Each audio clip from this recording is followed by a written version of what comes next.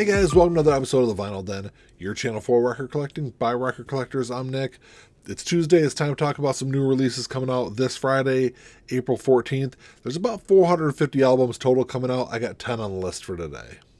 There's a bunch of links down below. Make sure you go check them out. There's links for the Vinyl Den Facebook group, for the merch page, for the Spotify and Apple Music weekly playlist that we put together, and also the Patreon page. So make sure you go check all that out. Of course, if you enjoyed the episode, make sure you give me the old thumbs up. Hit that subscribe button down below, and make sure you hit that notification bell so you're notified every time I release new episodes. Like I said in the intro, there's about 450 albums coming out this week. I only got 10 on the list for today, though, so if there's something I don't talk about on the show today, make sure you drop me a comment down below. Let me know what albums you're looking forward to picking up this week. And, of course, like always, if you're unable to find any of these in your local brick-and-mortar stores, I'll put links down below. All these will be available online. So I think the big release this week is definitely going to be the new Metallica album, 72 Seasons.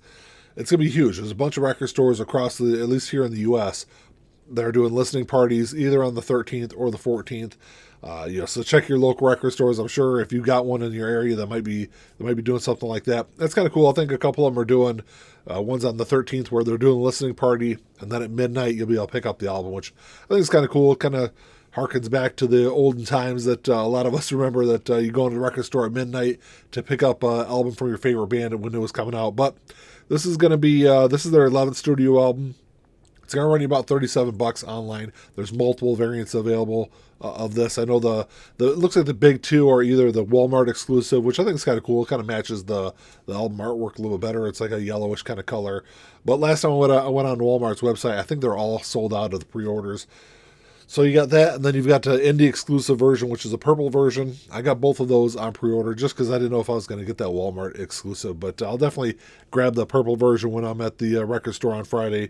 This was produced by Greg Fidelman, who also did Hardwired Self-Destruct, so I'm sure it's going to sound absolutely fantastic. I've loved all the singles so far that have come off of that they've released off of 72 Seasons. So I'm definitely looking forward to that one. It's actually one that I've been looking forward to since the album was announced. And then this next one I think is a pretty interesting release. This is Codefendants. This is Crime Wave. This was first released digitally back on March 24th. It is the debut album from Codefendants. So this is a band formed by Fat Mike of NoFX, Sam King of Get Dead, which if you haven't checked out Get Dead, I think they are doing hands down some of the best punk rock of at least the last 10 years. Their last album was absolutely fantastic. And then Susky Ramos. This is combining rap, rock, new wave, and a bunch of other genres. This is a really interesting release. This is only going to run you $18 online. I've got this pre-ordered also. This is one I can't wait to get my hands on. So I think it was last week, the week before, that Music on Vinyl reissued Cherry Pie by Warrant. It was a huge release late last year. A bunch of people weren't able to get copies of it, so they released another variant of it. They're doing the same thing this week with Dirty Rotten Filthy Stinking Rich. This was first released back in 1989. Of course, it was Warrant's debut album. It was huge. This is a huge release when it first came out. This is going to be on clear vinyl. It's going to run you about $40 online. Like I said before, whenever I talk about these Music on Vinyl releases, they tend to be a couple dollars more than your typical release. This is limited to 3,000 copies. This one, like I said, a huge album. It reached number 10 on Billboard when it first came out. Same thing with Cherry Pie. I know a lot of people missed out when Dirty Rotten Filthy Stinking Rich was released. I think it was January of this year when they released that. So I'm sure hopefully a bunch of you will be able to grab that one. And then you got another classic album getting reissued this week. This is David Bowie, Aladdin, Sane. First released back in 1973. It's David Bowie's 6th studio album. Of course, celebrating its 60th anniversary. There's a couple of different versions of this going to be available. It's a standard version, just on black vinyl, and then there's a picture disc also. It's going to be available. I think they're both around about $24 online. So, of course, this is the follow-up to David Bowie's smash album, Ziggy Stardust and the Spiders from Mars, which is a great album. Definitely, I'd say one of my top 5 or 10 albums of the 1970s. But Aladdin Sane is also another great album. Like I said, it's if you don't have it in your collection, it's definitely worth checking out. They're actually just at the record store within the last probably week or two, and there's a guy standing there kind of going back and forth on whether or not to pick up a used copy of it. And it wasn't in the best shape, but I don't think it was that expensive. I want to say it was probably $12 or $14 that he was checking it out. And I said, look, if you want to hold off and get a new copy of it, it's actually getting reissued in a week or two. So I'm not sure if he actually picked up that copy or not, but if you don't have it, this is a good time to grab it. So over the last several years, we've seen a huge boom in all these super deluxe box sets, and I feel like they've kind of tapered off over the last 6 or 12 months. I haven't seen a whole lot of them come out, or at least come out as frequently as they were coming out. I know like the big Alice in Chains Dirt, I think was the last big one. But this week you get 8 Mile, the music inspired by the motion picture. This was first released back in 2002. This is a 4 LP box set. It's going to run you about $100 online. This is a huge album when it was first released. It's got a bunch of great tracks from some of the best rap artists of the early 2000s. Of course, you got songs by Eminem on there. You got songs by Jay-Z, Macy Gray, 50 Cent, Obi Trice, Nas, just a whole bunch of other ones. Just like I said, it's a great soundtrack. If you haven't heard it in a while, it's definitely worth checking out. At least stream it and check it out. But so this has the original album, plus this has bonus instrumental and demo tracks on there. So like I said, it's a great album. There's a bunch of great music on there. $100 I think is probably a little bit out of the price range for me at least, even though there's a bunch of great stuff on there. It's one that if it's available on CD, I might consider grabbing it. And then you've got Lucinda Williams' Happy Woman Blues coming out this week, or being reissued this week. This was first released back in 1980, which I didn't realize Lucinda Williams was making music. This is her second studio album. Her first album came out back in 79. I didn't realize she was making music that long ago. This is on clear vinyl. It's going to run you $30 online. This is her first album of all new material, or all original material. Her first album was just all cover music, which, I think the only thing I've ever heard from Lucinda Williams is stuff off of those first 2 albums, and then nothing since then. I know she's released a bunch of music over the last 40 years. But Happy Woman Blues is a mix of alternative country, folk, and blues. It's an interesting album. It's, like I said, if you haven't heard it before, or if you haven't heard it in a long time, I think it's one at least worth streaming and listening to. There's a very underrated 2000s punk band that has a 10th anniversary release coming out this week. This is Neck Deep, Rain in July. If you haven't heard of Neck Deep or unfamiliar with them, they're a Welsh punk band.